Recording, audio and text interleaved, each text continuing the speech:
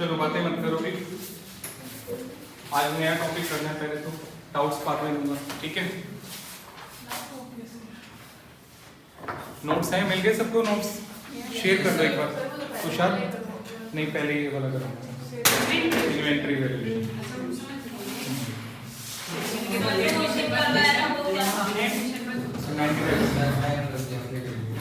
और 80% कोर्स है, 80% कोर्स के लिए पूरा कोर्स नहीं हो पाएगा ना अभी, इसलिए। अच्छा, शेयर कर लिया आपने नोट्स? तुम किससे पढ़ोगे? अच्छा, यहाँ से पढ़ोगे। एक मेरे को भी दे दो।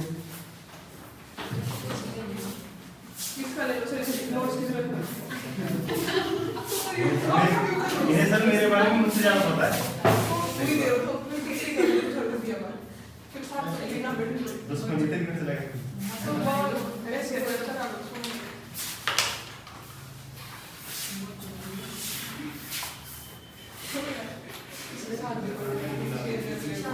Inventory valuation accounting standard 2।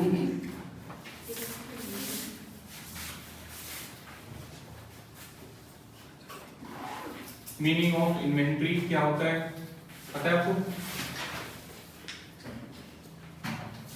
Inventory का मतलब क्या होता है?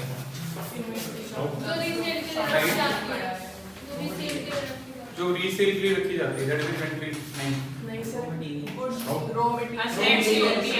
एसेट्स होता है, बट हाँ बताइए। सिंपल वर्ड्स इन्वेंट्री का क्या होता है? स्टॉक, ठीक है। Inventory means inventories are assets held by enterprise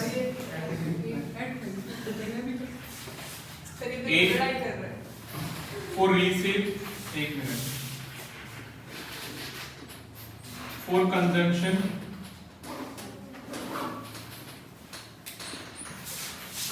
and third is work in progress, in the process.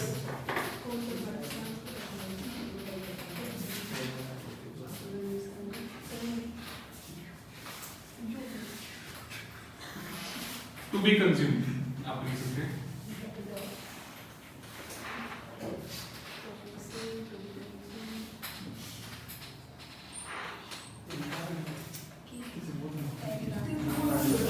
ध्यान से देखो बच्चों, अभी इन्वेंटरीज का मतलब दे आर एसेट्स। पहली बात ये कंफर्म करो, they are assets. Closing stock balance sheet में दिखाते हो एसेट्स में, है ना? क्लोजिंग स्टॉक एसेट्स होता है। They are held by enterprise, enterprise के पास होता है फॉर रीसेल, बेचने के लिए। तो रीसेल में फिनिश गुड्स कह सकते हो या ट्रेडिंग गुड्स कह सकते हो। ट्रेडिंग गुड्स क्या होते हैं? जो हम खरीदते बेचते हैं, which we deals in buying and selling, बना खरीदे बेचे, खरीदे बेचे।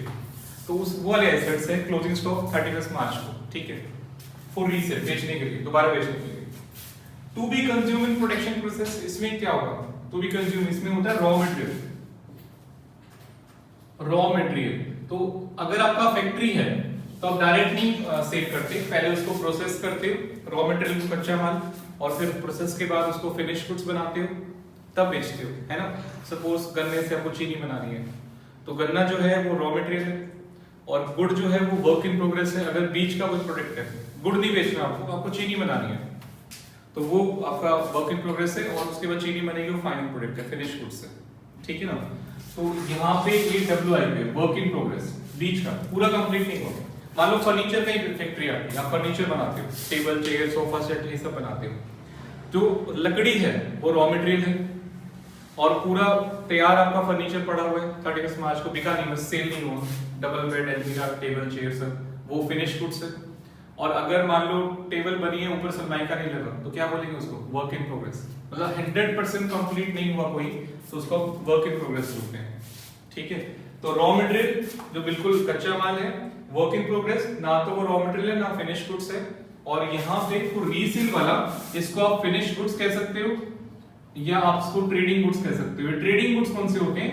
बाइंग एंड सेलिंग वाले। मतलब अगर आपकी फैक्ट्री नहीं है तो वो गुड्स भी यहाँ पर आ जाएंगे। आप सिंपल खरीद रहे हो, बेच रहे हो, कोई फैक्ट्री नहीं है, तो ट्रेडिंग वाले गुड्स भी फॉर रीसेल होते हैं। अगर आपकी फैक्ट्री है तो बिल्कुल 100% जो फिनिश गुड्स होंगे, जो पूरा कंप्लीट होंगे बट बिके नहीं। इन्वेंटरी का मतलब स्टॉक, स्टॉक मतलब वो परचेज जो बिकी नहीं, सेल नहीं हो पाया ऑन 31 मार्च, तो फिनिश गुड्स भी यहाँ पे आ जाएंगे। और फैक्ट्री, ये दोनों चीजें अगर आपकी फैक्ट्री है तभी आएंगे, अदरवाइज नहीं आएंगे। आपने देखा होगा जनरली एक ही स्टॉक देखते हो बैलेंस शीट में, क्लोजिंग स्टॉक एक ही देखते हो। क्यों देखते हो? ट्रेडिंग वाला बिजनेस है, वो ये वाला स्टॉक होता है ट्रेडिंग गुड्स का, फॉर रीसेल। फैक्ट्री है तो 3 स्टॉक होते हैं, finish goods, raw material and work in progress. कच्चा माल, पूरा फिनिश माल, और एक आधा अधूरा जो 31 मार्च को कंप्लीट नहीं हुआ, इन प्रोसेस जो होगा। इसके बाद देखो वैल्यूएशन। अब वैल्यूएशन के भी 2 हैं इसमें, नीड फॉर वैल्यूएशन, वैल्यू क्यों करते हैं इन्वेंट्री को थ्योरी में, एंड वैल्यूएशन का फॉर्मूला क्या होगा, मेथड क्या होगा। अब बताइए, पहली बात तो क्लोजिंग स्टॉक की वैल्यू क्यों करते हैं? एनीवन? नेक्स्ट ईयर से कितना रिक्वायरमेंट है वो क्योंकि सर अगले साल वो ओपनिंग स्टॉक बन जाता नहीं, ये कोई रीजन नहीं है ना। कि सर हमने कितना माल बेच दिया, कितना हमारे पास रखा है अभी। स्टॉक की वैल्यूएशन का ऑब्जेक्टिव क्या? नहीं करेंगे तो क्या हो जाएगा? अगर स्टॉक की वैल्यू नहीं करेंगे तो क्या हो जाएगा? क्या नहीं होगा? सर ये बताइए कि स्टॉक हमारे पास कितना बच रहा है, कितना खरीदना है, ये कितना सेल करना है। भाई आपका पॉइंट बिल्कुल वैलिड है। पोजीशन एक तो इसलिए वैल्यू करते हैं कि आगे परचेज कितना करना है, बट ये थ्योरी में लिखा हुआ नहीं मिलेगा। सर बिजनेस की पोजीशन क्या है ये सब जानने के लिए?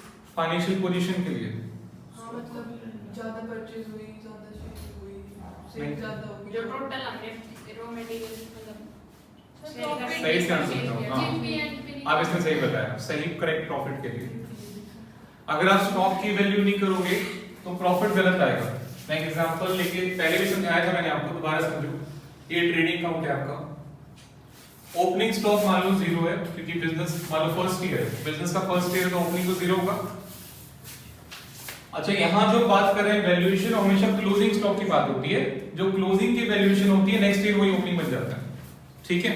ओपनिंग की अलग से वैल्यूएशन नहीं होती है, क्लोजिंग की वैल्यूएशन होती है। परचेज किया आपने 100 यूनिट्स, कितने में परचेज किया? 10,000 रुपीस का।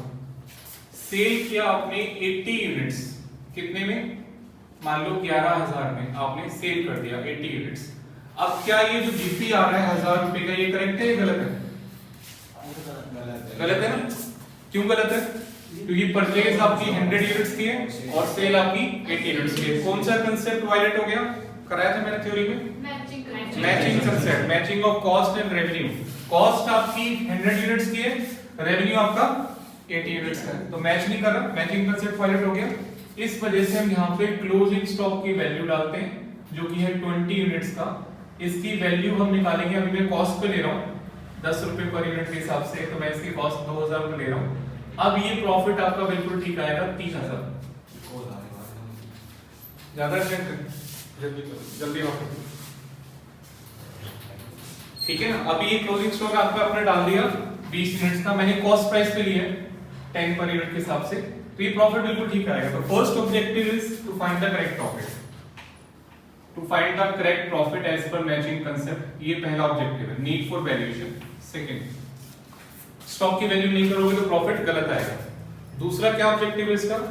True and fair view, true and fair view of financial statements. अब ये क्या होता है? क्लोजिंग स्टॉक एक आपका एसेट है और सारे एसेट्स हम कहां दिखाते हैं? बैलेंस शीट में दिखाते हैं। बैलेंस शीट में अगर कोई मेन एसेट मिसिंग होगा तो balance sheet will not represent it true and fair view. Balance sheet में आपके बिल्डिंग, मशीन, सारी चीजें होती हैं, तो उसमें एक भी एसेट अगर मिसिंग है तो वो मिस रिप्रेजेंटेशन हो जाएगा, ट्रू एंड फेयर व्यू नहीं होगा। समझ में आया ना पॉइंट? ठीक है, तो ये 2 मेन ऑब्जेक्टिव है, need for valuation, to find the correct profit and true and fair view. अभी जो आपका पूरा चैप्टर है आगे, हाउ टू वैल्यू, कैसे वैल्यू करेंगे, तो ये किस पे बेस है? इस पे बेस है, ये पूरा चैप्टर इस पे बेस है, क्वेश्चन मार्क। अगर आप बात करते हो फाइनल अकाउंट्स विद एडजस्टमेंट, जो भी हमने खत्म किया है टॉपिक, उसमें हमेशा क्लोजिंग स्टॉक की वैल्यू दी होती थी एडजस्टमेंट में। क्लोजिंग स्टॉक 10,000 या 20,000 और उसको आप बस डबल एंट्री कर देते थे, एक बार ट्रेडिंग में और एक बार बैलेंस शीट में। ये 11-12 के सिलेबस में नहीं है चैप्टर। अब यहां पर आपको सीखना है कि इसकी वैल्यू निकालते कैसे हैं, क्वेश्चन मार्क। कॉस्ट पे निकालेंगे, सेलिंग प्राइस पे निकालेंगे, विच एवर इज मोर पे निकालेंगे, विच एवर इज लेस पे निकालेंगे।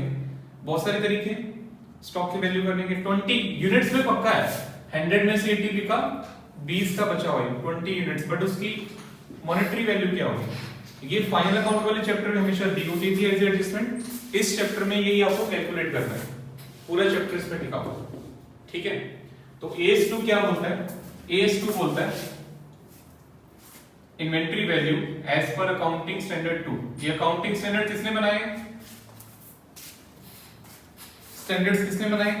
ICAI, यहाँ पे C इंस्टीट्यूट ने बनाए हैं। इसको मतलब ऑल ओवर इंडिया में फॉलो किया जाता है AS को, ठीक है। IFRS भी आ गए, वो लिस्टेड कंपनी वगैरह के लिए होते हैं। AS सुना होगा आपने, इंडियन AS वगैरह लिस्टेड कंपनीज के लिए वो फॉलो करने होते हैं। बट अभी तक जो अनलिस्टेड कंपनीज हैं, छोटी मोटी पार्टनरशिप फर्म्स हैं, तो प्राइवेट कंपनीज हैं, उनके लिए अभी तक वही चल रहा है ICAI वाला अकाउंटिंग स्टैंडर्ड जो आपको पढ़ना है, आपके सिलेबस में ही है, ठीक है। AS2 के हिसाब से inventory should be valued at cost और NRV whichever is less, दोनों में से जो कम होगा ये मानना पड़ेगा। अब इसके ऊपर आप बोलिए कि ऐसा क्यों है, जो लॉ में लिख दिया उसके ऊपर फिर रीजन नहीं होता। वैसे हर चीज की मैथमेटिकल कोई है, अकाउंट्स की एंट्री है, उसके लिए आप पूछ सकते हो क्या रूल लगा डेबिट क्रेडिट का, मैथमेटिक्स में कौन सा फॉर्मूला लगा। अब लॉ में लिख दिया कि इन्वेंटरी को ऐसे वैल्यू करना है, आप बोलो सर मोर क्यों नहीं है इसमें? लॉ में तो फिर फॉलो करना पड़ेगा ना आपको। कॉस्ट और NRV व्हिचएवर इज लेस, जितने में आप कॉस्ट मतलब जितने में आपने खरीदा, NRV मतलब नेट रियलाइजेबल वैल्यू, कितने में सेल हो सकता है, net of any commission. Commission कहां से आ गया? मान लो बेचने पे आपको कई बार कमीशन देना पड़ता है, फ्रेंचाइजी सुना है आपने? Yes sir, yes. Franchisee business, कई जगह आप जाते हो हाईवे वगैरह पे, कई जगह लिखा होता है फैक्ट्री आउटलेट। वो फैक्ट्री आउटलेट कुछ नहीं होते, वो फ्रेंचाइजी होते हैं। अगर वो 1000 रुपए की शर्ट बेचेंगे तो 100 रुपए को कमीशन मिलता है, 900 फैक्ट्री को कंपनी को चले जाते हैं। हाँ, फ्रेंचाइजी होते हैं सारे। तो कंपनी को नेट जाता है, नेट मतलब 1000 रुपए का मान लो सामान बेचा, 10% कमीशन देना है जिसने फ्रेंचाइजी ओपन करी है, 90% कंपनी को मिला तो NRV होगी 900। मान लो मेरी कपड़ों की फैक्ट्री है और मैंने फ्रेंचाइजी दे दी आगे नेक्स्ट कोई दूसरे किसी स्टेट में, शहर में, और उसने मैंने 20% कमीशन के लिए दे दिया, 1000 रुपए कोई शर्ट बेची उसने, 20% कमीशन उसको मिल जाएगा, मुझे वापस कितना मिलेगा? 800, जो आपका 200 माइनस करके, तो 800 is my NRV, net realizable value. तो realizable value net of any commission, तो कमीशन मुझे देना है वो माइनस करके बोलते हैं। तो कितने में आपने खरीदा या कितने में बिक जाएगा, कितने में बिक सकता है, व्हिचएवर इज लेस। अगर इसी क्वेश्चन की बात करें तो कॉस्ट तो आपको दिखाई दे रही है साफ साफ, इन्वेंटरी वैल्यू इसी क्वेश्चन से बात करते हैं। कॉस्ट कितनी है? 20 यूनिट्स की 2000 पर यूनिट कॉस्ट देखो डिवाइड करके 10 रुपए आ रही है, परचेज किया पर यूनिट कॉस्ट कितनी है? 10 रुपए, तो 20 की 200 हो जाएगी ना, 2000 और ये 100 रुपए पर यूनिट 100 रुपए है, यहाँ से डिवाइड करके 100 रुपए करेंगे 2000 आएगा, ठीक है। अब ये कितने में बिक सकता है, ये कैसे होगा? ये क्वेश्चन में दिया होता है एक्सपेक्टेड सेलिंग प्राइस। तो अगर इसका एक्सपेक्टेड सेलिंग प्राइस मान लो क्वेश्चन में दे रखा है 120 रुपए सेलिंग प्राइस, इसका एक्सपेक्टेड सेलिंग प्राइस, अभी तो बिका नहीं, अभी तो जो बिका है इसको छोड़ दो, ये जो 20 यूनिट्स बचा हुआ है इसका क्या एक्सपेक्टेड सेलिंग प्राइस है, कब बिकेगा? नेक्स्ट ईयर बिकेगा। इसका एक्सपेक्टेड सेलिंग प्राइस क्वेश्चन में दिया होता है मान लो 120, तो 120 के हिसाब से 20 से मल्टीप्लाई करो कितना आएगा? 2400। व्हिचएवर इज लेस क्या होगा? 2000। अभी तो इसकी वैल्यू 2000 पे करेंगे एज पर AS2। बट अगर क्वेश्चन आपको बोला हुआ है 120 एक्सपेक्टेड सेलिंग प्राइस है और 20% का कमीशन भी देना आपको, सेलिंग कमीशन, तो NRV कितना हो गया? NRV हो जाएगा 120 माइनस 20% ऑफ 120, कितना हो जाएगा? 24 माइनस करके 96, सही कह रहा हूं? 96 हो जाएगा ना, 20% माइनस कर दिया, तो इन्वेंटरी वैल्यू क्या होगी? इन्वेंटरी वैल्यू होगी 20 यूनिट्स की, 20 यूनिट्स मल्टीप्लाई कॉस्ट है 100 और NRV है 96, व्हिचएवर इज लेस, तो मल्टीप्लाई 96 से करेंगे हम इसको, कितना आ जाएगा आंसर? 1920। ये आपका आंसर सही है, मल्टीप्लाई करके चेक करो। यस सर, ठीक है, ये आपका आंसर। तो NRV is the selling realizable value minus commission, selling commission minus करेंगे। तो एक बार पढ़ लो नोट्स में, स्टार्टिंग में सब ये दिया होगा डिटेल से। Meaning of inventory, objective, valuation, meaning of NRV, यहाँ पे पढ़ो।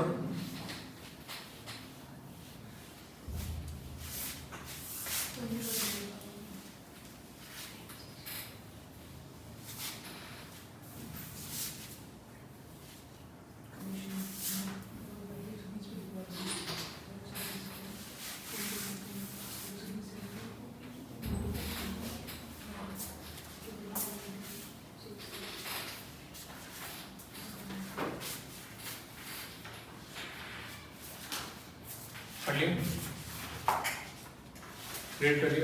NRV is the estimated selling price. Estimated क्यों वर्ड यूज किया? क्योंकि नेक्स्ट ईयर बिकेगा, तो अभी आप सिर्फ एक अनुमान लगा सकते हो। Estimated realizable value less estimated realizable expense, जिसका बेस्ट एग्जांपल है सेलिंग कमीशन, बेचने का कमीशन। और क्या एग्जांपल हो सकता है इसका? Home delivery. अगर मान लो आपकी फ्री होम डिलीवरी है, आपने बेचना है और कस्टमर को फ्री में डिलीवर करना है, तो कस्टमर के लिए फ्री है, आपको तो खर्चा लगेगा ना भेजने का, तो डायरेक्ट सेल से लिंक हो गया सेलिंग से। कैरिज आउटवर्ड्स की बात कर रहा हूं मैं। कैरिज आउटवर्ड्स अगर आपको फ्री में देना है कस्टमर को, तो आपका तो खर्चा लगेगा ना, तो वो भी माइनस कर देंगे। ज्यादा एग्जांपल इसे कमीशन में ही आते हैं। चलिए अब इसमें क्वेश्चन में कैसे आएगा? मान लो ये क्वेश्चन आता है, कॉस्ट है आपकी 5000, एनआरवी आपकी है 6000, इन्वेंट्री वैल्यू क्या होगी? कॉस्ट 5000 है, एनआरवी 6000 है, क्या होगी इन्वेंट्री वैल्यू? बताओ। इतना दिमाग लगा रहे हैं सर कि इतना आसान क्वेश्चन कैसे पूछ लिया सर ने, है ना? हैरानी से देख रहे हैं। बताओ क्या होगी? 5000 होगी। आपको लगता है सीए में इतना सिंपल क्वेश्चन आ सकता है? नहीं आएगा ना, तो कैसे आएगा? सीए में आएगा, पहले कॉस्ट निकालो, एनआरवी निकालो। आप बताओ क्या आंसर है? क्वेश्चन तो इसकी डिटेल्स दी होंगी, वो डिटेल से पहले आपको कॉस्ट निकालनी है, और डिटेल्स दी होंगी उससे पहले आपको एनआरवी निकालनी है, उसके बाद व्हिचएवर इज लेस कर। समझ में आ गया पॉइंट? तो ये आपको एग्जांपल में कराता हूं, नोट करो सब बच्चे, मैं एग्जांपल करा रहा हूं।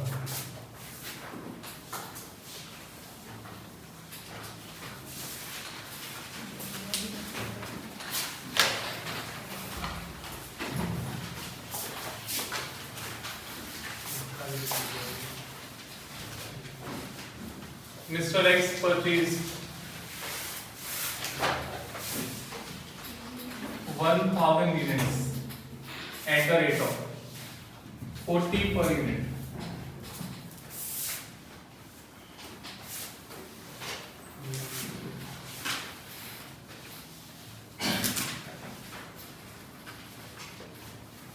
Trade discount is 25% and cash discount is 10%.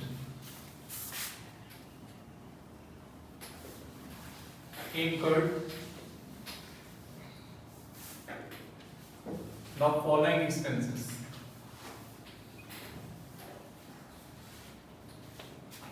Following expenses उसने खर्चा किया,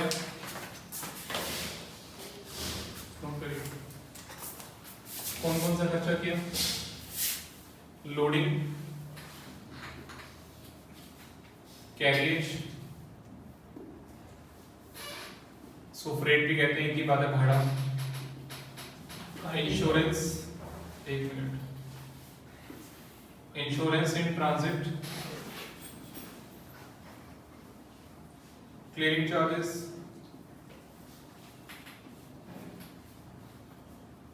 स्टोरेज एक्सपेंसेस,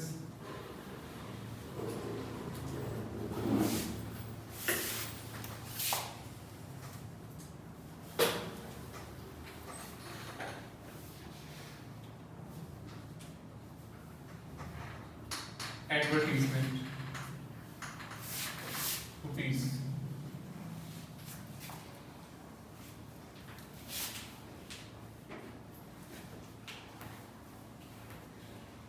दो हजार, 2000,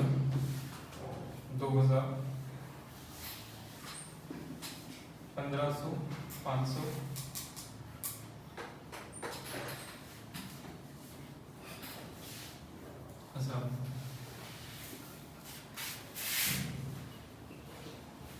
he sold 800 units at the rate of 50 per unit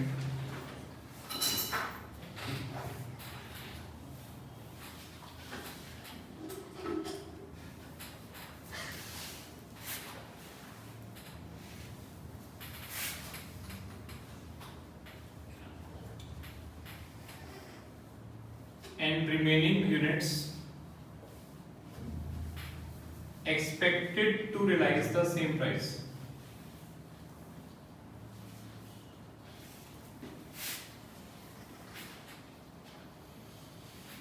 note करिए।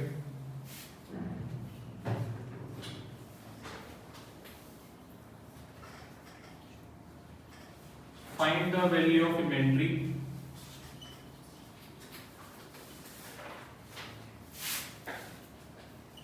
if there is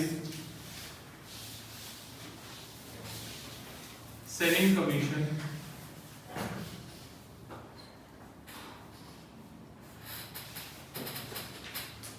of 10%। ये क्वेश्चन आपको देखने में बड़ा लग रहा होगा, 2 मिनट का क्वेश्चन है, वैसे 2-3 मिनट ही लगेंगे। नोट कर लो।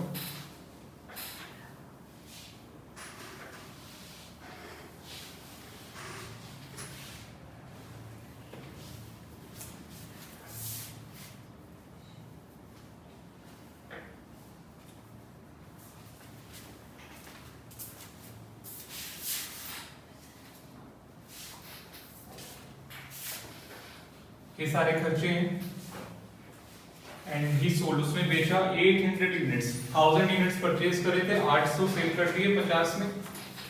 Remaining units expected to realize the same price. तो ये एनआरवी की बात कर रहा है। एनआरवी में एक्सपेक्टेड होता है ना सेलिंग प्राइस, तो जो सेलिंग प्राइस है उसका ये आगे बता दिया कि जो रिमेनिंग जो बचा हुआ है वो भी नेक्स्ट ईयर सेम प्राइस पे बिकेगा जो 50 रुपए में सेल होगा। बट साथ में क्या दे दिया एक्स्ट्रा, सेलिंग कमीशन। कितना है? 10%। नोट कर लिया सबने? पीछे तुषार, प्रवेशिका, लग नहीं रहा मुझे, पूरा नोट कर लिया? ठीक है, दिखाना तुषार, जल्दी करो फिर फटाफट से। नोट हो गया? अब बताओ सबसे पहले क्या निकालेंगे? सबसे पहले शुरू कहां से करें? ट्रेडिंग अकाउंट से। नहीं, ट्रेडिंग में डालना पड़ेगा। सबसे पहले क्या करें? कॉस्ट निकालें। कुछ और एक्सपेंसेस का टोटल कर। सबसे पहले इन्वेंट्री की यूनिट्स निकालेंगे। इन्वेंट्री की यूनिट्स बच्चे पूरा क्वेश्चन कर देते हैं, लास्ट में ये नहीं पता होता कितनी यूनिट्स की वैल्यू करनी है या कितने यूनिट्स की वैल्यू करनी है। 200 पूरा क्वेश्चन प्लस माइनस कर देंगे, बट यूनिट्स नहीं ध्यान देते। 1000 यूनिट्स, 800, 200 यूनिट्स, इसकी वैल्यू करनी है, 200 यूनिट्स की वैल्यू करनी है। ठीक है, देन आपको कॉस्ट पर यूनिट निकालना है, कैलकुलेशन ऑफ, नोटिंग बाद में करना, बोर्ड पे लिख लो, calculation of cost per unit, ये आपको निकालना है। इनवॉइस प्राइस, इनवॉइस प्राइस या एमआरपी कितना है? 1000 into 40, 40,000 प्लस इसमें हम टैक्सेस प्लस करते हैं, टैक्सेस वगैरह तो दिया नहीं हुआ, यहाँ पे कोई डिस्काउंट दे रखा है, दोनों डिस्काउंट माइनस करेंगे क्या? ट्रेड डिस्काउंट माइनस करेंगे, ट्रेड मतलब माइनस तो करेंगे, एंट्री में नहीं करते शो। ट्रेड डिस्काउंट माइनस होगा 25%, 10,000, कितना बचेगा? 30,000। कैश डिस्काउंट माइनस करेंगे क्या? नहीं करेंगे। कैश डिस्काउंट कॉस्ट में से कभी माइनस नहीं होता, अलग से हम इसको इनकम मान लेते हैं पीनल अकाउंट में, डिस्काउंट रिसीव्ड, इसकी एंट्री भी करते हैं। ट्रेड डिस्काउंट के में एंट्री नहीं करते, हम सिर्फ माइनस कर देते हैं। और पेमेंट करते हुए बेशक आपने 10% का डिस्काउंट लिया होगा, पेमेंट करते हुए आपने 20 इसमें 10% माइनस करो, 27,000 पे किया होगा, बट इस 3,000 को हम कॉस्ट में से, इन्वेंट्री की कॉस्ट में से कम नहीं करते, उसको हम डिस्काउंट रिसीव करके इनडायरेक्ट इनकम मानते हैं। ये पहले भी आ चुका है बेसिक्स में। ये कॉस्ट वाला कंसेप्ट जो है, कॉस्ट में कौन कौन से खर्चे लेते हैं, डायरेक्ट वाले। ये 2-3 जगह बता चुका हूं मैं। एक तो फाइनल अकाउंट्स के अंदर जो ट्रेडिंग सिखा रहा था वहां भी आया था, और एक डेप्रिसिएशन के अंदर एसेट की कॉस्ट निकाली थी वहां भी आया था, सेम चीज है। आप बताओ कौन कौन से खर्चे डायरेक्ट हैं जो हम कॉस्ट में लेंगे, बताओ। Loading, yes. Carriage, yes.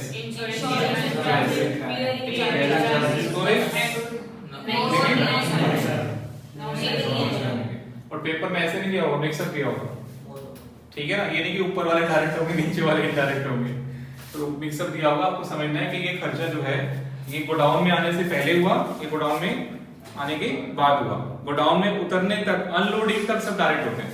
एक बार आप सामान खरीद रहे हो, लोडिंग, कैरियज, बीच में टोल टैक्स भी लगा, वो भी डायरेक्ट है।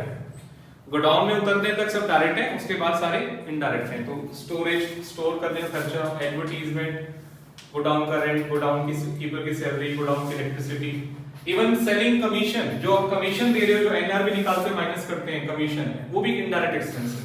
Carriage outwards is indirect expense, bad debts is indirect expense, administration expense, selling expenses, बहुत सारे खर्चे होते हैं जो इनडायरेक्ट है, जो पीएनएल अकाउंट में आप दिखाते हो। अच्छा, अगर यहाँ इंश्योरेंस इन ट्रांसफर की जगह खाली इंश्योरेंस दिया होता तो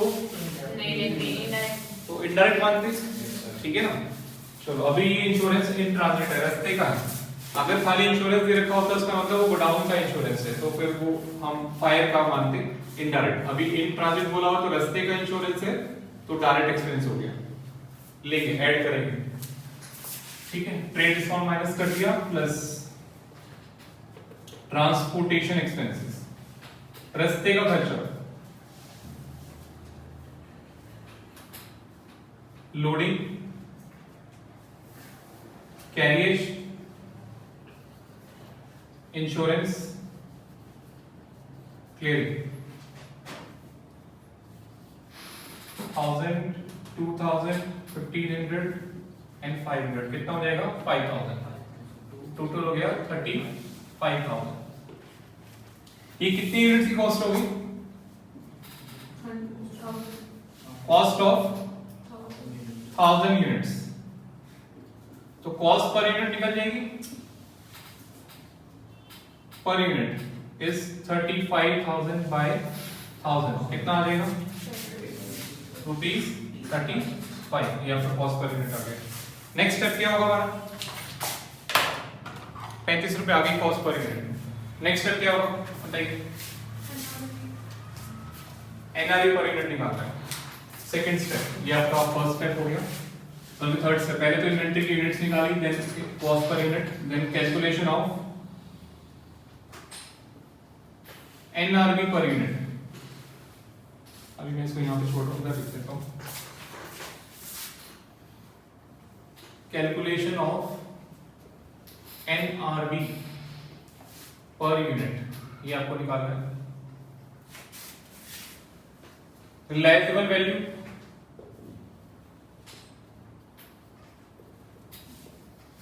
एक्सपेक्टेड वर्ड भी लगा देना चाहिए, क्योंकि ये पता होना चाहिए कि एक्सपेक्टेड है। Expected reliable value minus selling commission, कितना बोल रखा है, 50 रुपए में बिका, और रिमेनिंग यूनिट जो बचा हुआ है that's expected to realize the same price, यानी 50 रुपए ही है।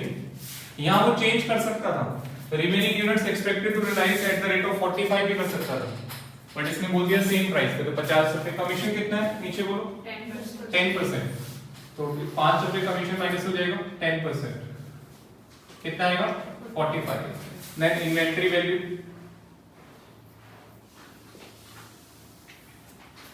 is equal to 200 units multiply cost है 35, NRV कितना है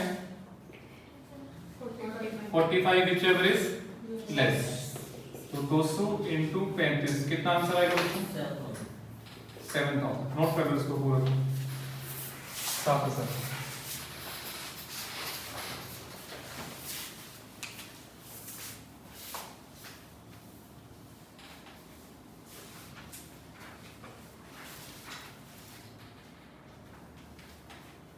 कॉस्ट भी निकालनी है, एनआरवी भी निकालनी है, उसके बाद कंपेयर करना है whichever is less।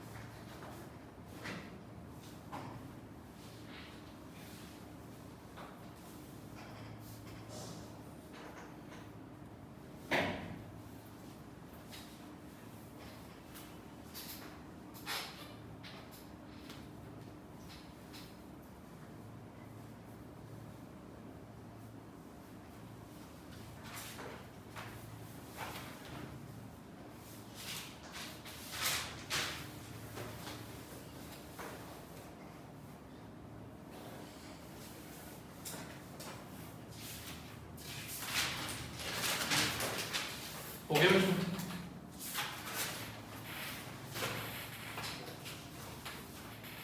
जल्दी करो नंदनी।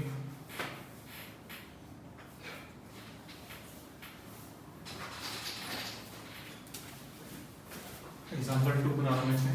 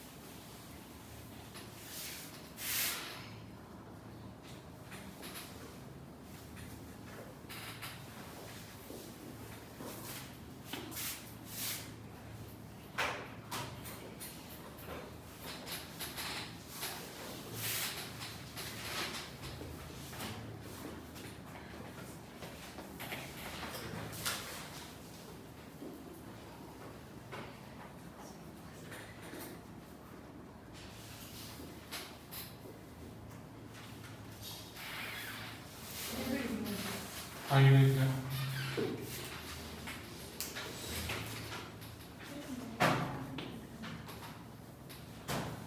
सर सारे एग्जाम्पल सब लिखना है हम जैसे लिखना है सेम होगा। ऐसे लिखना है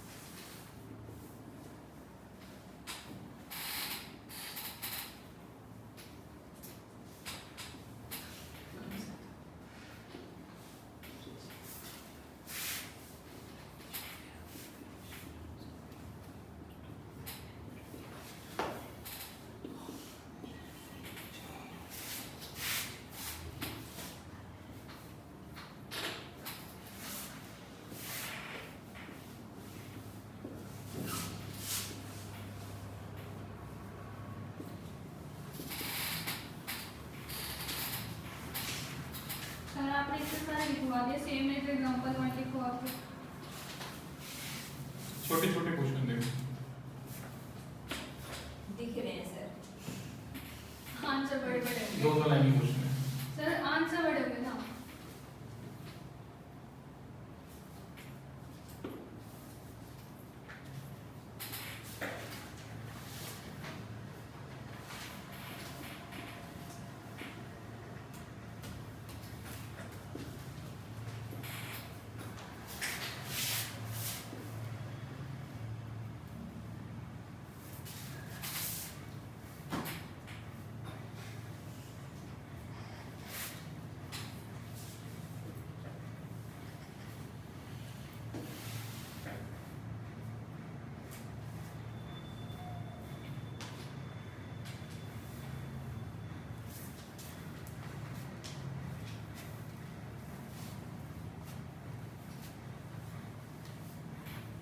तो जो आपने कल क्वेश्चन दिया था उसको समझाओगे समझा रही हूँ अभी टेस्ट में नहीं आ चिंता मत करो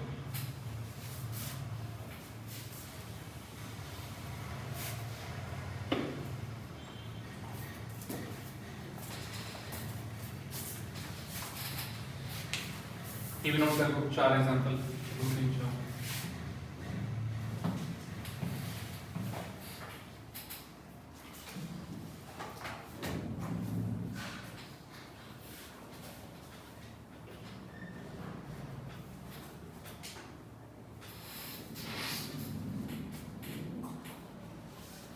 तुषार इतनी जल्दी He is within. Sorry Nitin हो गया, दिखा अभी इतना पास कैसे हो गया?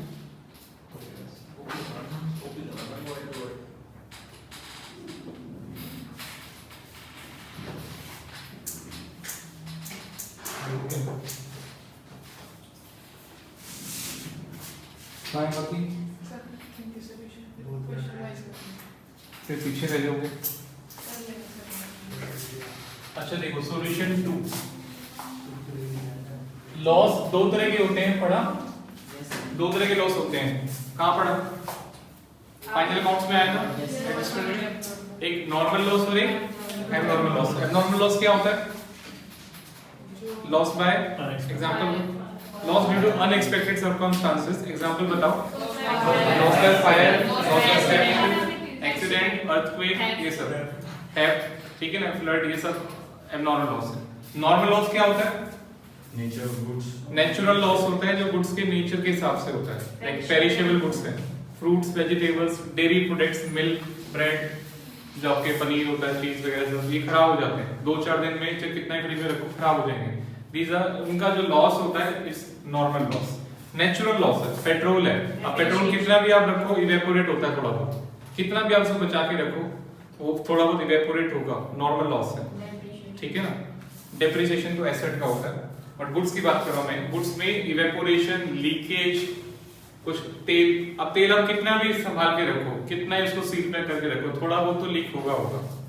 100% कभी भी ऑयल को आप यूज नहीं कर सकते, कंटेनर में चिपक जाता है थोड़ा बहुत, है ना। तो that is normal loss.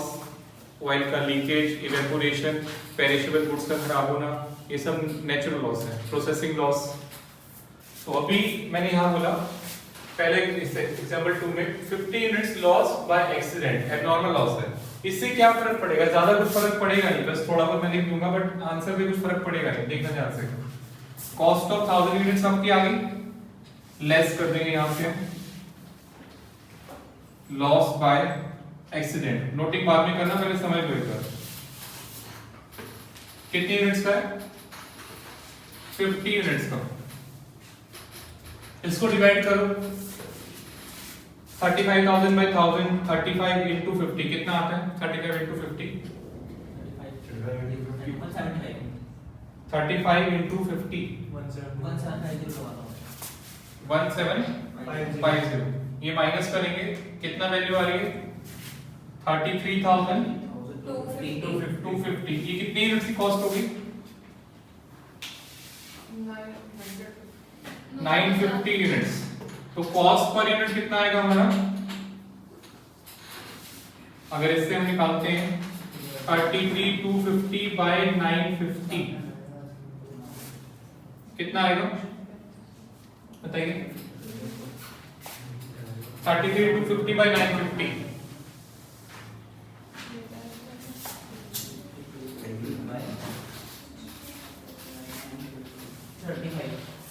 Same. तो मैंने पहले भी कहा था इससे कोई फर्क पड़ेगा नहीं, 35 रुपये यार सेम आंसर हो जाएगा। तो अगर लॉस एबनॉर्मल, क्योंकि यूनिट्स मैंने यहाँ पे माइनस करे हैं तो उसी के हिसाब से पर यूनिट कैलकुलेट करके अमाउंट से घटा दिया, तो इसको डिवाइड करोगे यहाँ से, यूनिटरी मेथड सेम ही आ रहा है। 1000 यूनिट की कॉस्ट है 35,000, 50 यूनिट की कॉस्ट है 1750, 950 कॉस्ट होगी 33,250, पर यूनिट तो वही रहेगा ना 35 रुपए। आंसर सेम रहेगा, तो पूरा नोट करने की बजाय आप सिर्फ ये इतना पार्ट नोट कर दो, इतना आंसर है, बाकी लिख देना रिमेनिंग सेम, इतना पार्ट नोट कर लो। Cost of 1000 units 35,000 less loss का एक्सीडेंट 50 यूनिट्स का 1750, cost of 950 units 33,250 and cost per unit. भाई तो बहुत बार जाता है। अच्छा चलो पापा की तबीयत ठीक है? हॉस्पिटल में कुछ इंप्रूवमेंट है?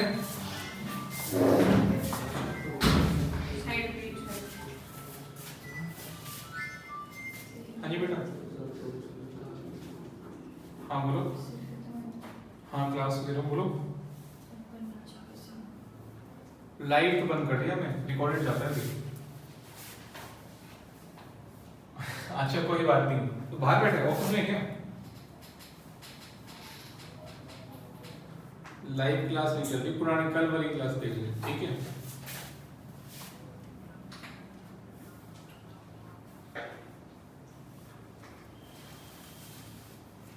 धीरज का फोन आया था, लाइव क्लास क्यों नहीं चल रही होगी?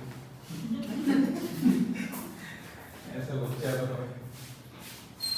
यहाँ पे लाइव क्लास चल रही है, बैठ में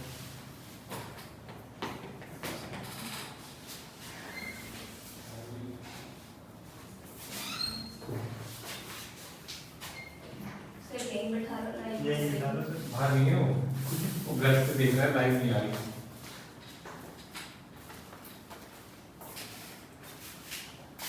हो गया?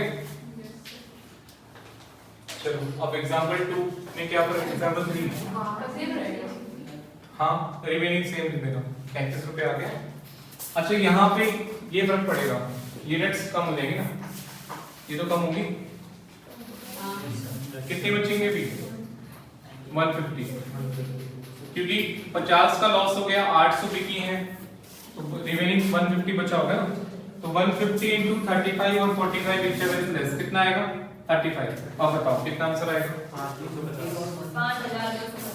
5250।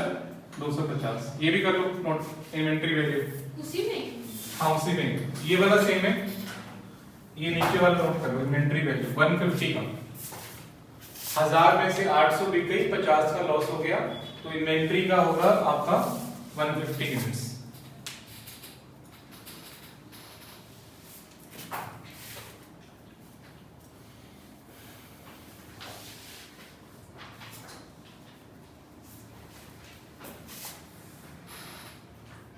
फाइव टू फाइव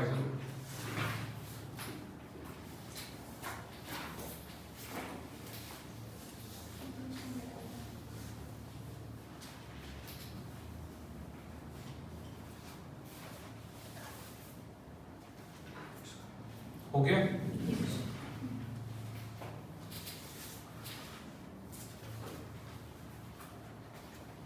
देखो एग्जाम्पल 3, क्या फर्क है दोनों में? ये नॉर्मल लॉस और ये नॉर्मल है।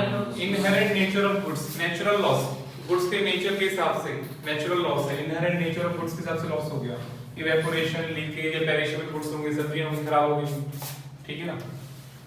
तो इसमें क्या फर्क पड़ेगा?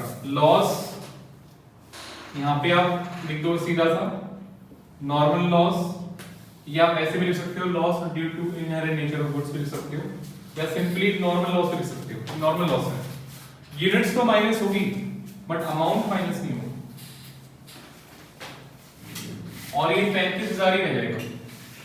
अब 35,000 को आप डिवाइड करो 950 से, तो कितना आंसर आ रहा है निकालने बच्चों?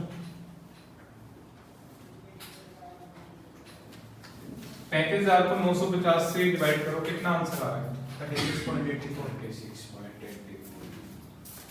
36.84। यहाँ पे आइए, ये सेम है, राउंड ऑफ कर लेते हैं 47, अभी राउंड ऑफ कर लेता हूँ 37, ठीक है? 37 और 45 whichever is less 37, बताओ क्या आंसर आ रहा है? 555। अच्छा ये पेपर में राउंड ऑफ मत करना, क्योंकि ये रेट है, कभी भी रेट को परसेंटेज को राउंड ऑफ नहीं करना चाहिए।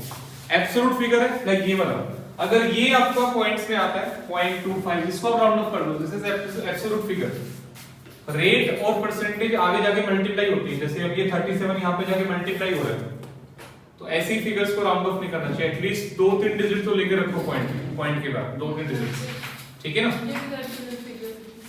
ये एब्सोल्यूट फिगर है, इसको आप राउंड ऑफ कर सकते हो, बट ये रेट है, ये मैंने जैसे अभी क्लास की घर की बात कर दिया होगा, बट पेपर में कभी भी रेट को और परसेंटेज को राउंड ऑफ मत करना, ठीक है? परसेंटेज आपको दे रखी है 44.25%, तो 44.25% लेनी है। अभी आपको रेट कितना निकला था? 36.84।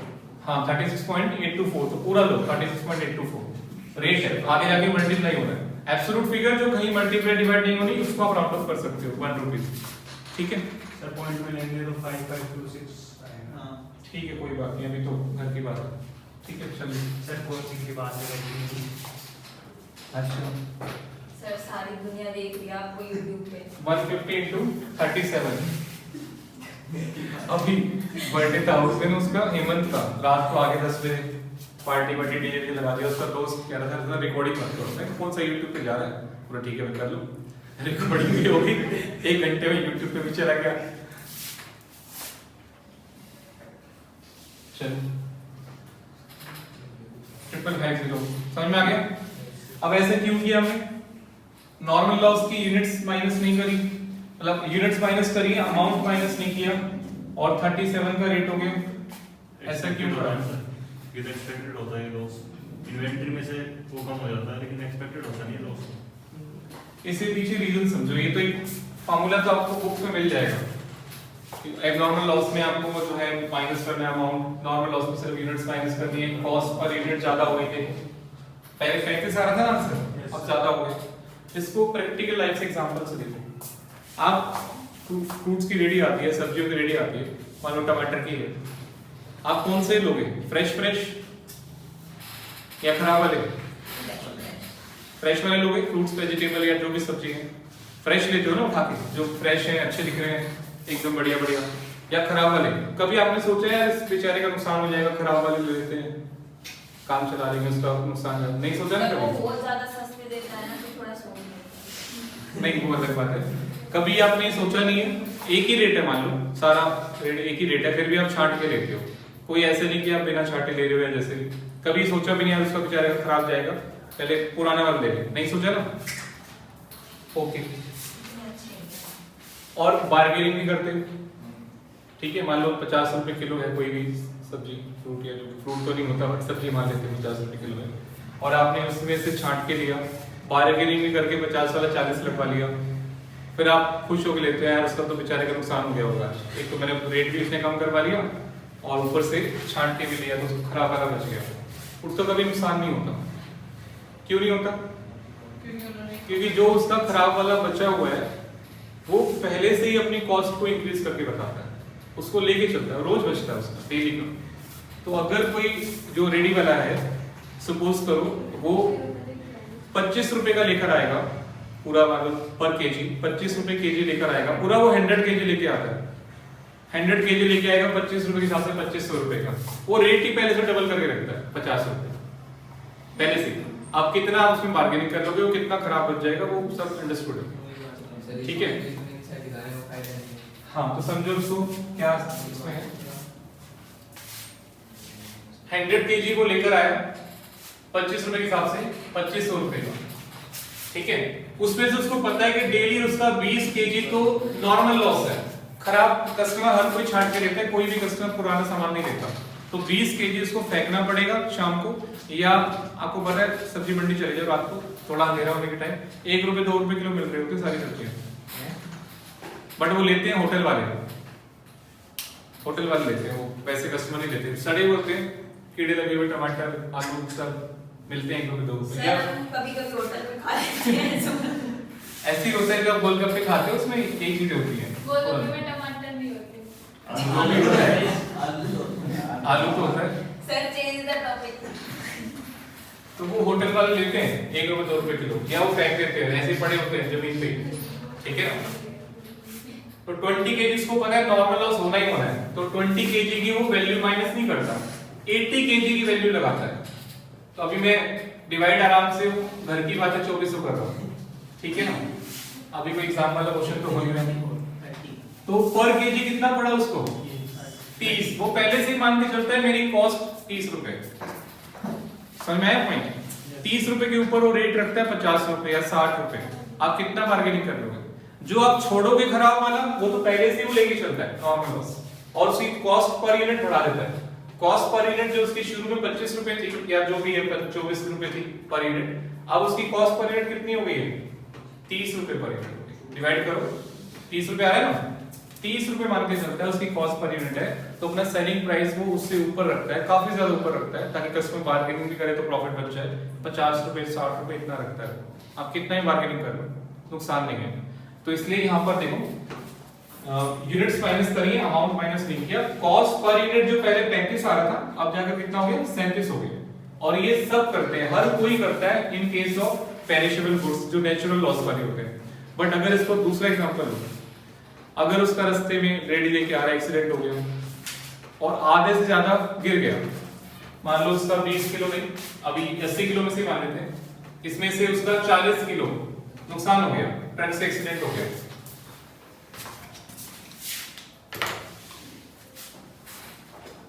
और इसको भी अगर आप माइनस नहीं करते तो कॉस्ट पर यूनिट कितनी बचेगी? 60 रुपए, है ना? माइनस नहीं करो, कॉस्ट पर यूनिट कितनी होगी? 60 रुपए। वो आपको बोलेगा भाई 70 रुपए ले लो क्योंकि मेरा आज एक्सीडेंट हो गया। आप लोगे क्या? आप बोलो घाट में जाए, तुम दूसरी लेडी से ले लेंगे, तेरा एक्सीडेंट हुआ हमारे थोड़ी हुआ है, ठीक है ना? तो ये चीज कंपटीशन का जमाना है।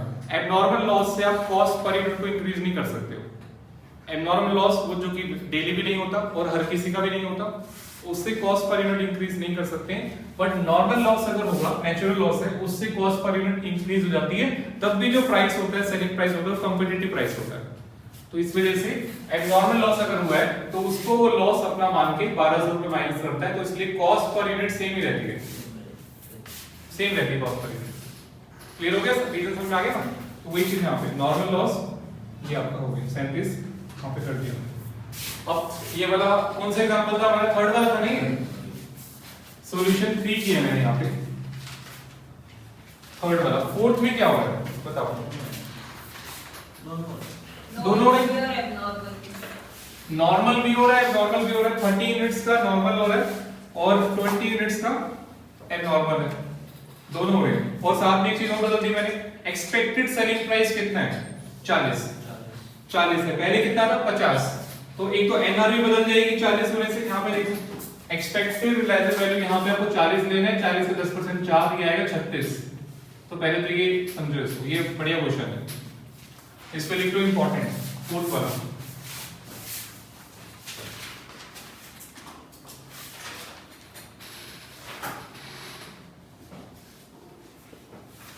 इंपॉर्टेंट लिखो फोर्थ पे। एक्सपेक्टेड सेलिंग प्राइस आपका जो है 40 रुपए, ये आपको दिया हुआ है। पहले कितने में बिका डजंट मैटर, जो भी बचा हुआ है वो कितने में बिक सकता है। एक्सपेक्टेड सेलिंग प्राइस वो आपका है कितना है? 40 रुपए का। और उसमें से कमीशन माइनस करके 36 रुपए होगा नेट रिलायबल वैल्यू। कमीशन काट के हमें कितना मिलेगा, क्योंकि हम खुद नहीं बेच रहे। अगर आप अपने एजेंट को सेल करा रहे हो, फ्रेंचाइजी से सेल करवा रहे हो, तो कमीशन देना पड़ेगा, सेलिंग कमीशन, ठीक है ना? नेट हमें कितना मिलेगा? 36 पर यूनिट मिलेगा। यहाँ पे आइए, इसमें नॉर्मल लॉस भी हुआ, एबनॉर्मल भी हुआ। पहले क्या लेंगे? दोनों रास्ते में हुए, दोनों ट्रांसपोर्ट में ही हुए। पहले क्या लेना चाहिए, नॉर्मल या एबनॉर्मल? फर्क पड़ेगा आंसर पे उससे। नहीं, पहले नॉर्मल लेना चाहिए। पहले नॉर्मल लो, उससे कॉस्ट पर यूनिट बढ़ेगा, फिर उस बढ़े हुए रेट से ये नॉर्मल माइनस करना होता है, ठीक है? तो ये चीज ध्यान देना है आपको। पहले लेंगे loss by accident, loss sorry normal loss लेंगे पहले। नॉर्मल लॉस कितनी यूनिट्स का है? 30 यूनिट्स का। ये आपका आएगा 35,000। कॉस्ट ऑफ कितनी यूनिट्स की कॉस्ट आ गई? 970 यूनिट्स की कॉस्ट आ गई।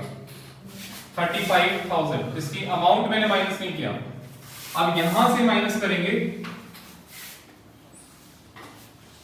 एबनॉर्मल लॉस, यानी कि लॉस बाय एक्सीडेंट। कितनी यूनिट्स का है? 20 यूनिट्स का। डिवाइड करो, 35,000 डिवाइड बाय 970 मल्टीप्लाई बाय 20, बताइए।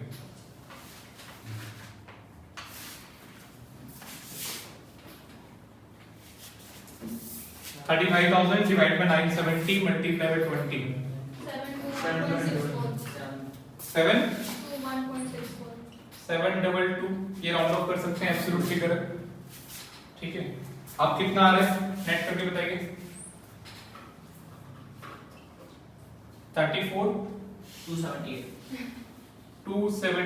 ये कितनी यूनिट की कॉस्ट बची बच्चों?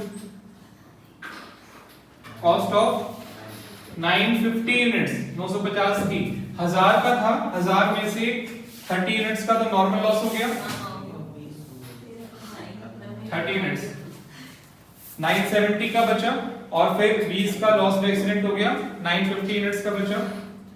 कॉस्ट पर यूनिट निकालो कितनी आ रही है? 36.08 34278 डिवाइड बाय 950 कितना आ रहा है? 36.08 36.08। और मैंने अभी कहा था राउंड ऑफ रेट है, मैं नहीं कर रहा इसको राउंड ऑफ रेट है ना। 0 के आगे भी कुछ आ रहा है क्या? 21052 तीन तक लेना चाहिए आगे तो 08 के बाद 2 तो कोई भी रेट या परसेंटेज है आप उसको 3 तक तो लो, पॉइंट के बाद 3 तक लो। 36.082 रेट्स तो हाँ वही है 082 और क्या बोला था? ठीक है पहले कुछ और बोला था। नहीं पॉइंट के बाद 3 डिजिट तक लो इसको, ठीक है। यहाँ पे डालो, देखो कितना थोड़ा सा डिफरेंस है, 36.082 एंड 36, जरा सा डिफरेंस है। विच एवर इज लेस में क्या आएगा? 36 विच एवर इज लेस में क्या आएगा? 36 आएगा। समझ में आया? इससे कुछ याद आया आपको? इतना कम डिफरेंस कहीं और भी था भाई, 19-20 कहाँ पे था? मुस्कान के रैंक बनाना। मुस्कान एंड गौरव में, अच्छा, नहीं मुस्कान एंड हर्षी में। एक बार रिजल्ट में देखो कितना माइन्यूट, बहुत ही कम डिफरेंस था। मुस्कान एंड गौरव में था, इन दोनों में था। तीनों में तीनों इतना में इस तुम्हारे में इतना नहीं था, इन दोनों में बहुत ही कम डिफरेंस था, बहुत ज्यादा। इतना ही है 1% अधिक 1% में उसको जब आर में परसेंटेज किया था, हाँ, उसके इतना सा 1% का था, जरा सा ही बराबर डिफरेंस आ रहा था। था। और उसको अगर आप 2 डिजिट में लेते हो ना तो इक्वल आ रहा था, 3 में डिफरेंस आ रहा था बस। ठीक है, चलिए कितना आंसर आ रहा है? 5400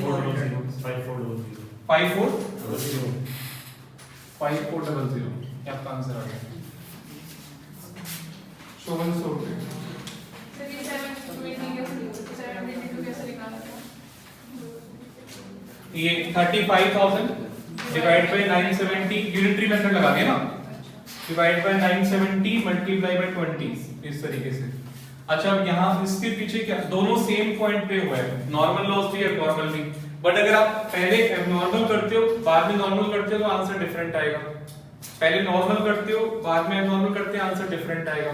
फिर ऐसे क्यों किया, क्या लॉजिक है इसके पीछे? कोई लॉजिक नहीं है, कुछ चीजें आपको सी इंस्टीट्यूट के आंसर से मैच करनी होती है, ठीक है। तो वो ऐसे करते हैं तो हमको भी ऐसे करना पड़ेगा, आंसर से आंसर मिला रहे हैं, इसके पीछे कोई लॉजिक नहीं है, दोनों सेम पॉइंट पे हुए हैं। अब प्रैक्टिकली तो हमें पता नहीं, प्रैक्टिकल लाइफ में आपके साथ होगा तो आप देख लेना रास्ते में पहले क्या हुआ, ठीक है। तो नॉर्मल लॉस को पहले लेके चलते हैं हमेशा आईसीआई, तो आप भी नॉर्मल लॉस को पहले लेके चलो।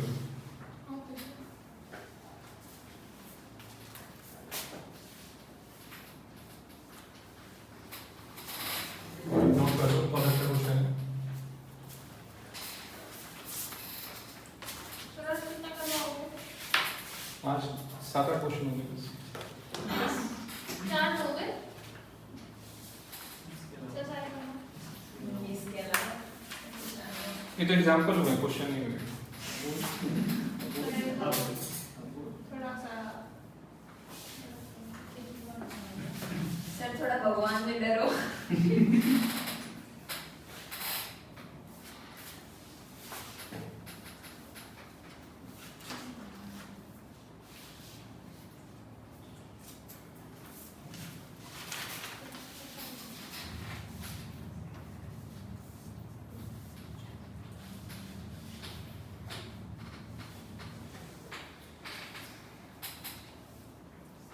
सर आपको रामायण के बारे में पता है?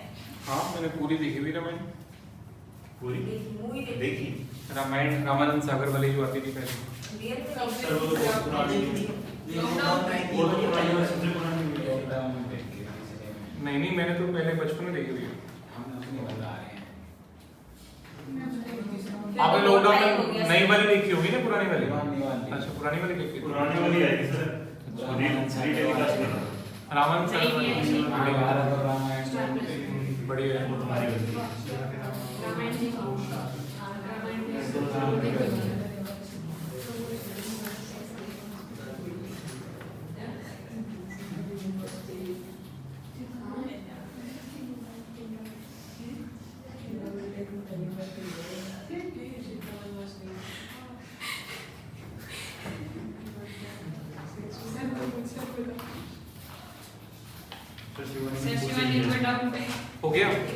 अभी ये क्वेश्चन निकालो पेज नंबर 2 पे।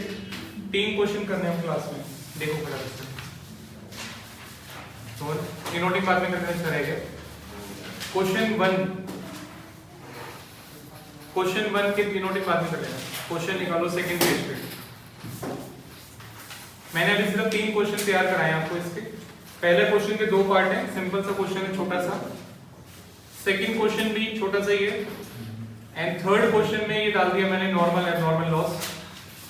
सही, तो तीनों क्वेश्चन अभी फटाफट से कर दो, आपके पास 15 मिनट है,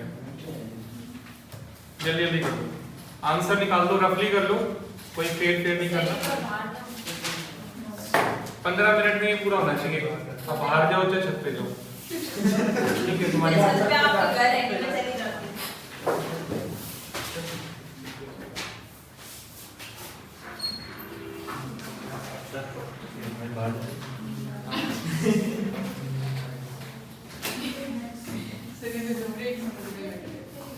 सही बात है, ब्रेक हो गया।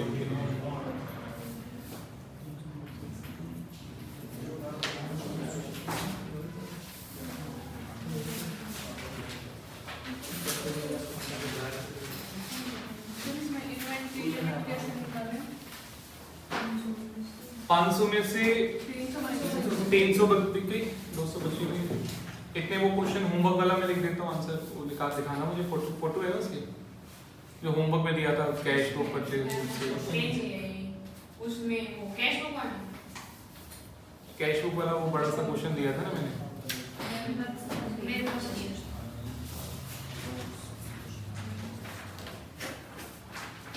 ये जो फॉर्मेट है और जो क्वेश्चन है वो क्वेश्चन भी इसी में है, चलो बहुत बढ़िया। अच्छे बच्चे हैं सब। आप उनको कह रहे थे पर मना करना, पर हमने इसे भी किया। बहुत अच्छा, करना चाहिए। क्या सर? नोट किया भाई क्वेश्चन।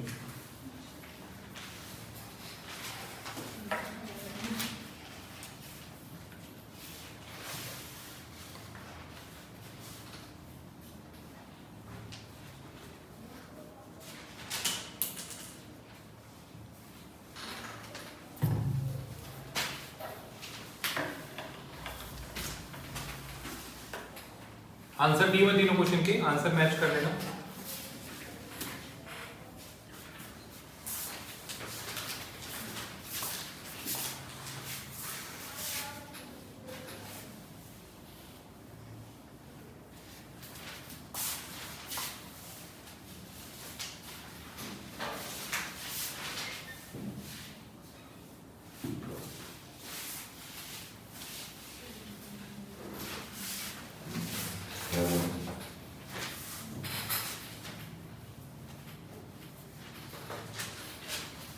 सर तो इसके 2 पार्ट है, इसमें सिर्फ एनआरबी वाले से स्टार्ट कर देना, बी वाला पार्ट नहीं, दोनों ए पार्ट से स्टार्ट करो। नहीं, जैसे ए पार्ट तो है तो हम बी पार्ट को दोबारा करेंगे तो उसमें पोस्ट दोबारा हाँ नहीं, कॉस्ट मत निकालो दोबारा, NRB सिर्फ एनआरबी।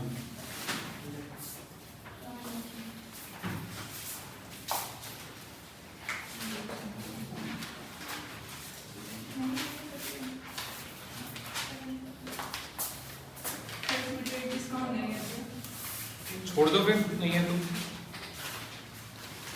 छोड़ दो।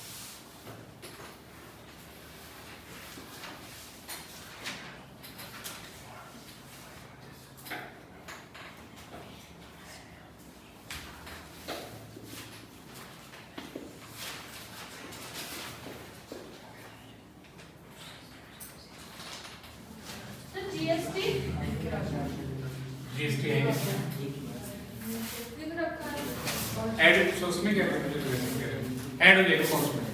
जीएसटी कॉस्ट में ऐड कर देना, बच्चों ध्यान दो, जीएसटी कॉस्ट में ऐड हो जाता है। और एक चीज और ध्यान देनी है, ट्रेड डिस्काउंट माइनस करके जो प्राइस आता है उस पे जीएसटी, ट्रेड डिस्काउंट माइनस करके जो हाँ ट्रेड डिस्काउंट माइनस करके जो प्राइस आएगा उसके ऊपर जीएसटी लगेगा और कॉस्ट में ऐड हो जाएगा, टैक्सेस कॉस्ट में ऐड हो जाता है।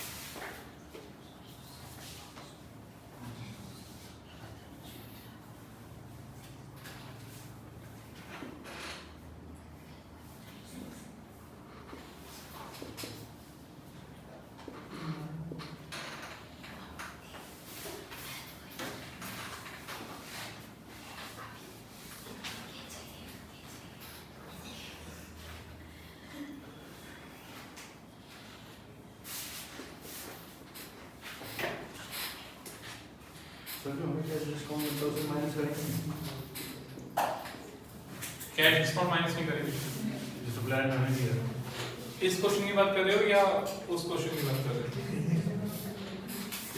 इस क्वेश्चन की नहीं करेंगे, मैं नहीं करेंगे, प्लस करेंगे, कुछ भी नहीं करेंगे, इग्नोर करेंगे, कैश डिस्काउंट को इग्नोर करना।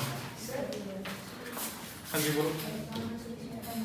Sir selling commission on sale लिख रखा है, तो क्या करें? वही होता है, सेल पे होता है सेलिंग कमीशन। सेल अगर 300 है पर यूनिट सेल जैसे मैंने किया वैसे ही है, सेलिंग कमीशन सेल पे ही होता है, जैसे अभी किया नहीं था कोई एग्जांपल, वैसे तो है। पर यूनिट कितना है cell, per unit selling price कितना है? पर यूनिट सेलिंग प्राइस 11 तो 11 का 10% 1.1 9.9 बचेगा। सर आप प्रॉपर्टी राउंड ऑफ करके राउंड ऑफ करके आ रहे हैं सर रेट को राउंड ऑफ नहीं करना, एब्सोल्यूट फिगर को राउंड ऑफ कर सकते हो। कहीं गलती करी फिर आपने, चेक करो।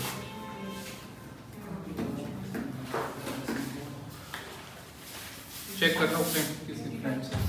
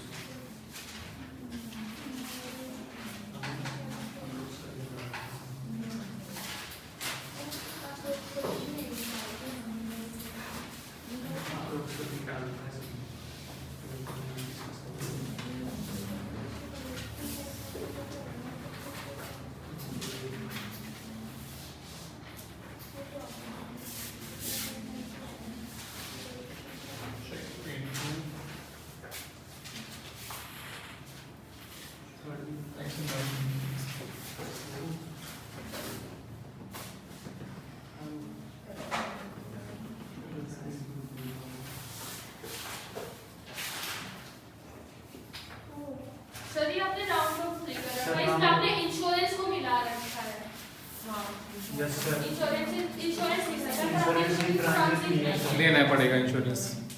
इंश्योरेंस क्यों लेना है? ले लो, कोई बात नहीं, ले लो नहीं, ले लो। एक चीज और भी है, सुन लो भैया से, मैंने बताया था, सुन लो यार, कुछ बोल रहा हूँ। अच्छा सुन लो बच्चों, मैं कुछ बता रहा हूँ। इंश्योरेंस खाली लिखा हुआ है इनडायरेक्ट मानते हैं, ट्रांजिट लिखा हुआ डायरेक्ट मानते हैं, बट साथ साथ एक पॉइंट और भी है छोटा सा। अगर इंश्योरेंस खाली लिखा हुआ है और वो डायरेक्ट एक्सपेंसेस के साथ दिया हुआ है, अब ऐसे ही होता है, क्या करूँ? अगर आपको देखो डायरेक्ट एक्सपेंसेस के साथ दिया हुआ है, 3-4 डायरेक्ट एक्सपेंसेस के साथ इंश्योरेंस दे रखा है, तो इंश्योरेंस इन ट्रांजिट ही होता है वो, ये चीज देखा होता है। कर लो वहां पे, आप लिख लो या क्वेश्चन में लिख लो इंश्योरेंस इन ट्रांजिट, नहीं तो ये देखना होता है डायरेक्ट एक्सपेंस के साथ में दे रखा है तो ट्रांजिट वाला ही होता है वो।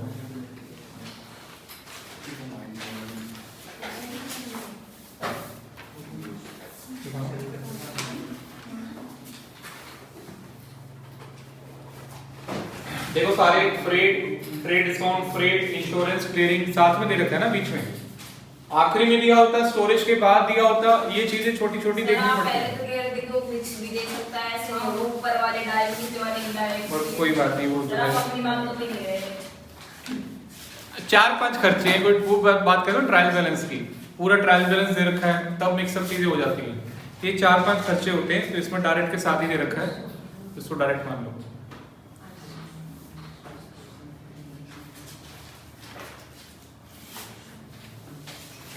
नीचे assumption लिख देना, insurance we assume insurance given is in transit, ठीक है?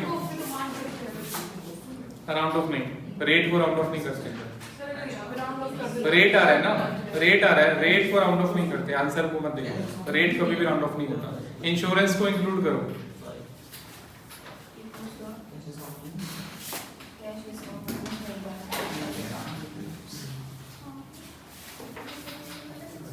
इंश्योरेंस को इंक्लूड करो बाय ड्राइंग्स।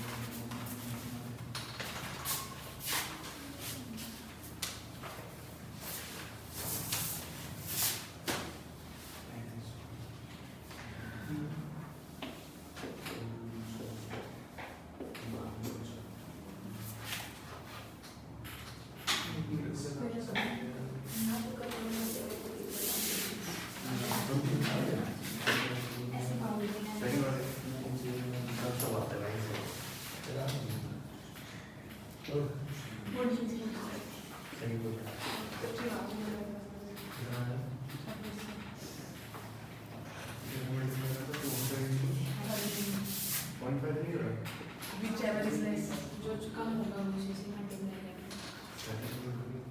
15 को 10% और सेल्स डिस्काउंट वाला 15 रियलाइज जाए बिल पे 10% करना 1.5 30% होगा।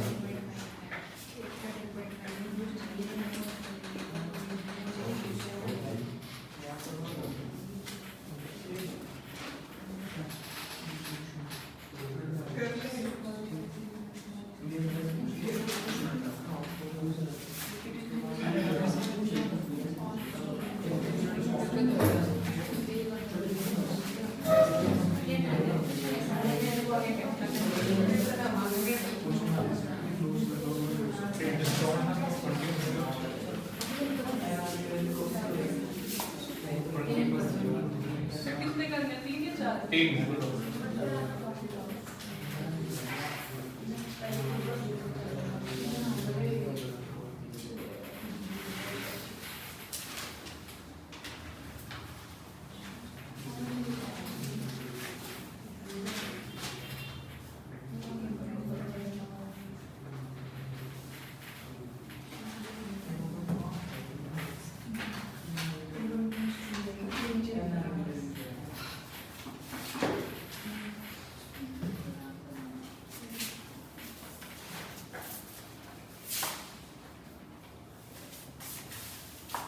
2x.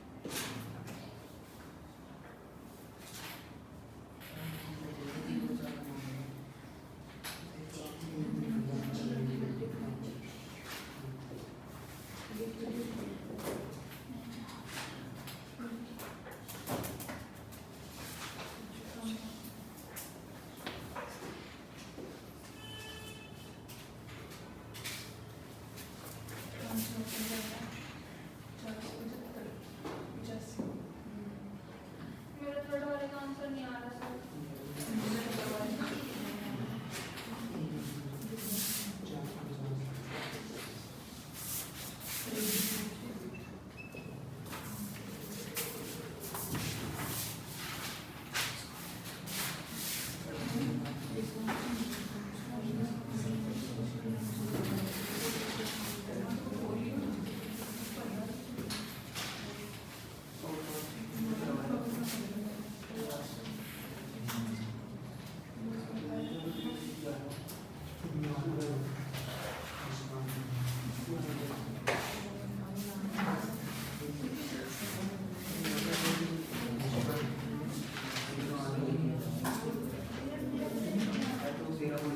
मेरा हो गया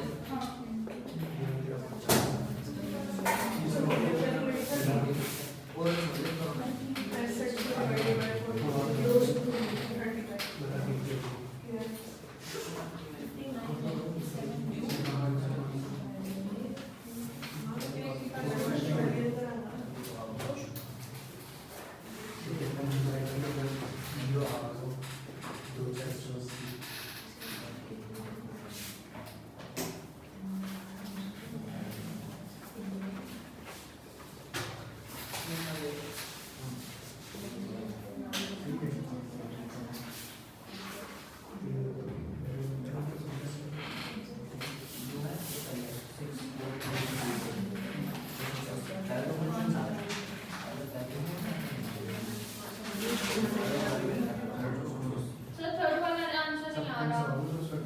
आएगा। सर नहीं आ रहा। इसका आगे उसकी कॉपी लो, कॉपी लो, क्या करो। अच्छा, जिनका ये क्वेश्चन हो गया वो ये नोट करो, होमवर्क वाले क्वेश्चन का सॉल्यूशन। होमवर्क दिया था मैंने। किस किस का हो गया थर्ड क्वेश्चन? आंसर आ गया? गौरव आ गया? सूर्य थर्ड क्वेश्चन। सर आपने इंश्योरेंस लेने को बोला है ना? हाँ, इंश्योरेंस लेने को बोला है। सर थर्ड के उसमें इंश्योरेंस नहीं लेके कहीं तो बोला है। नहीं, तो ये क्या है? भाई हो गया इंश्योरेंस देखो कॉपी देखो उसकी। सर वो ओरल कर रहा है आपको आपने लिखा है?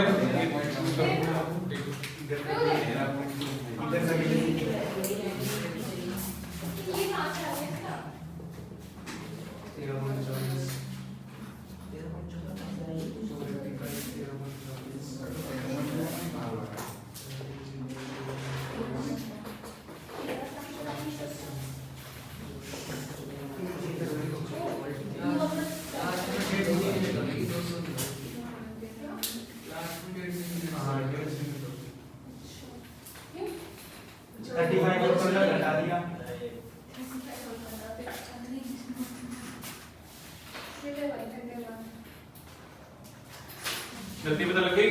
Yes sir.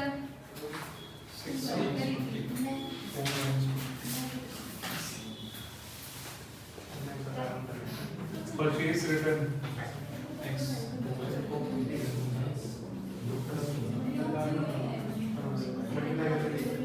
सर नोट कर लेंगे जो अभी तक। हाँ, ये नोट करना है।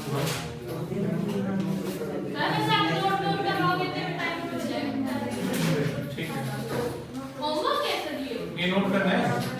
हाँ वो भी लिख रखा है। सॉल्यूशन होमवर्क पूरा पढ़ो। सर अब यार रिस्पेक्ट कर रहा हूँ पूरा।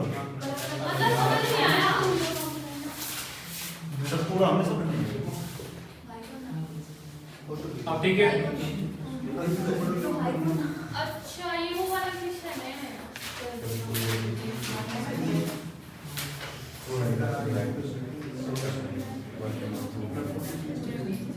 Ten percent cash discount.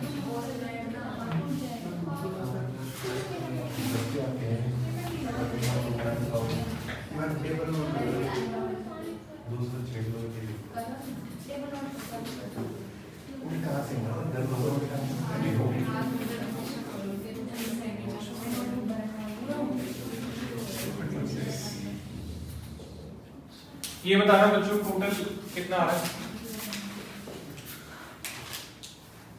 Cash का बैलेंस कितना निकल रहा है ये निकाल के बताओ मुझे। ये आपका है 12.20 12.20 से माइनस करेंगे और इसको 20 से माइनस करेंगे।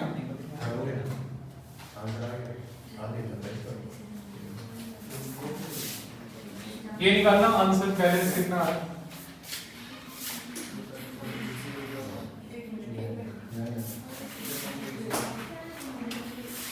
कैश डिस्काउंट यहाँ लिखेंगे 0.32। सर ये परचेज जो 3 क्यों हुई, इसमें जब हमने इसको बेचा था तो ट्रेड डिस्काउंट लगा था, तो हमने जब इसको परचेज रिटर्न किया तो ट्रेड डिस्काउंट लेस किसी लगा था। कहाँ पर? जब हमने खरीदा था तो ट्रेड डिस्काउंट लगा था, तो परचेज रिटर्न लगा ट्रेड डिस्काउंट लेस नहीं ये तो भैया नेट और ट्रेड डिस्काउंट तो ये परचेज किया वो भी नेट ले लिया मैंने आफ्टर ट्रेड डिस्काउंट, रिटर्न किया वो भी आफ्टर ट्रेड डिस्काउंट लिया है। सही है, ट्रेड डिस्काउंट माइनस करके लिया परचेज रिटर्न। ये बताना आंसर कितना आ रहा है फाइनली निकालने के बाद शीट।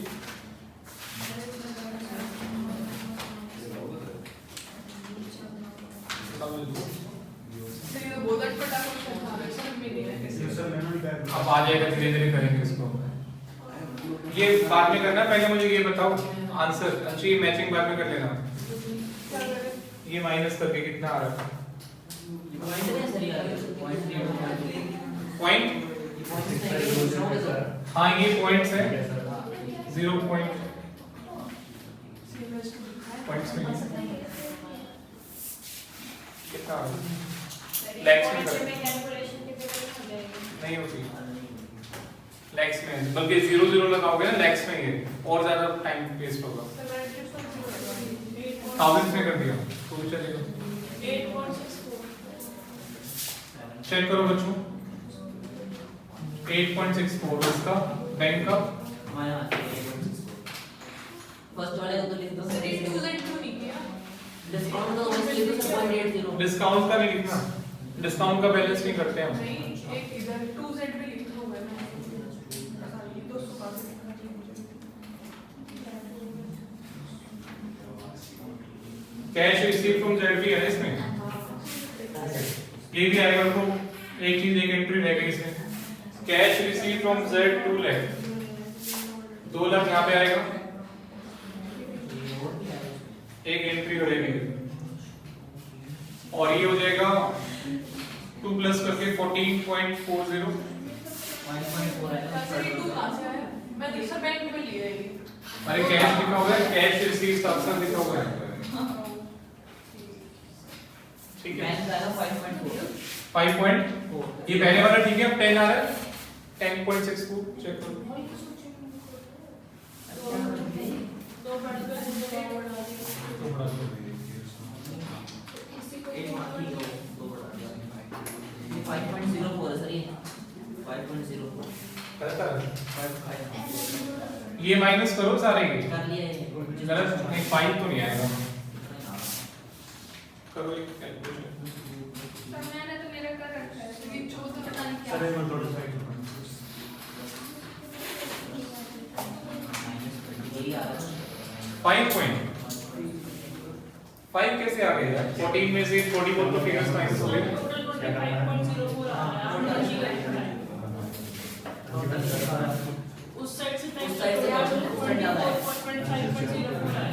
ये टोटल 25 आ रहा है। राइट साइड नहीं, मैं इसकी बात कर रहा हूँ। ये तो सही है। ये तो सही है। ये सही है ना 10। इसका ज्यादा, ये साइड ज्यादा नहीं है। टोटल आपने 20 से रखा है ना, वो 25.04 आया। ये हटा के टोटल 20 जब 10 गलत है। एक मिनट वेट करो। अब कितना आ रहा है इस साइड का? 25.04। नहीं, वो हटा के, सीडी हटा के, हाँ तो फिर इधर इस साइड में बैलेंस आएगा ना, लेफ्ट साइड। सर हम भी तो से ये कह रहे हैं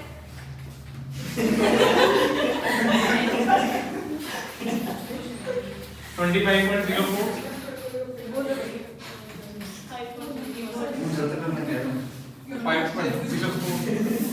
टू बैलेंस सीडी।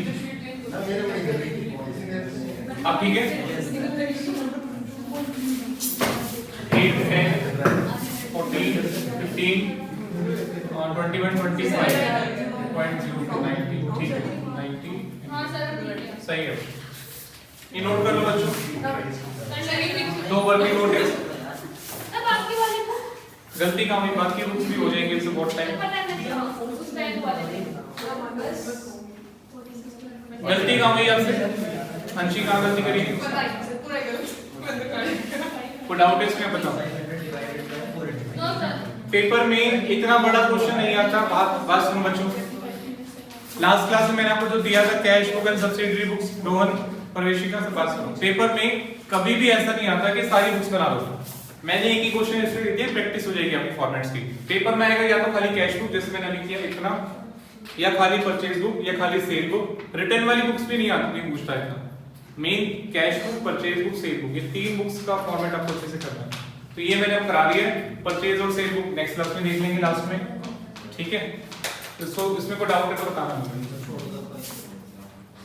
ये लो नो सर, ऊपर के जो सेल कैसे बढ़ेगी? फॉर्मेट दिया तो वो है। पर इसमें क्वेश्चन से तो कुछ भी नहीं है उस टाइप से। यूनिट्स नहीं है तो खाली छोड़ देना यूनिट्स, खाली ट्रेड डिस्काउंट माइनस करके दिखा देना। ट्रेड डिस्काउंट तो है ना, ट्रेड डिस्काउंट माइनस करके दिखा देना, नहीं तो यूनिट्स अज्यूम कर लेना।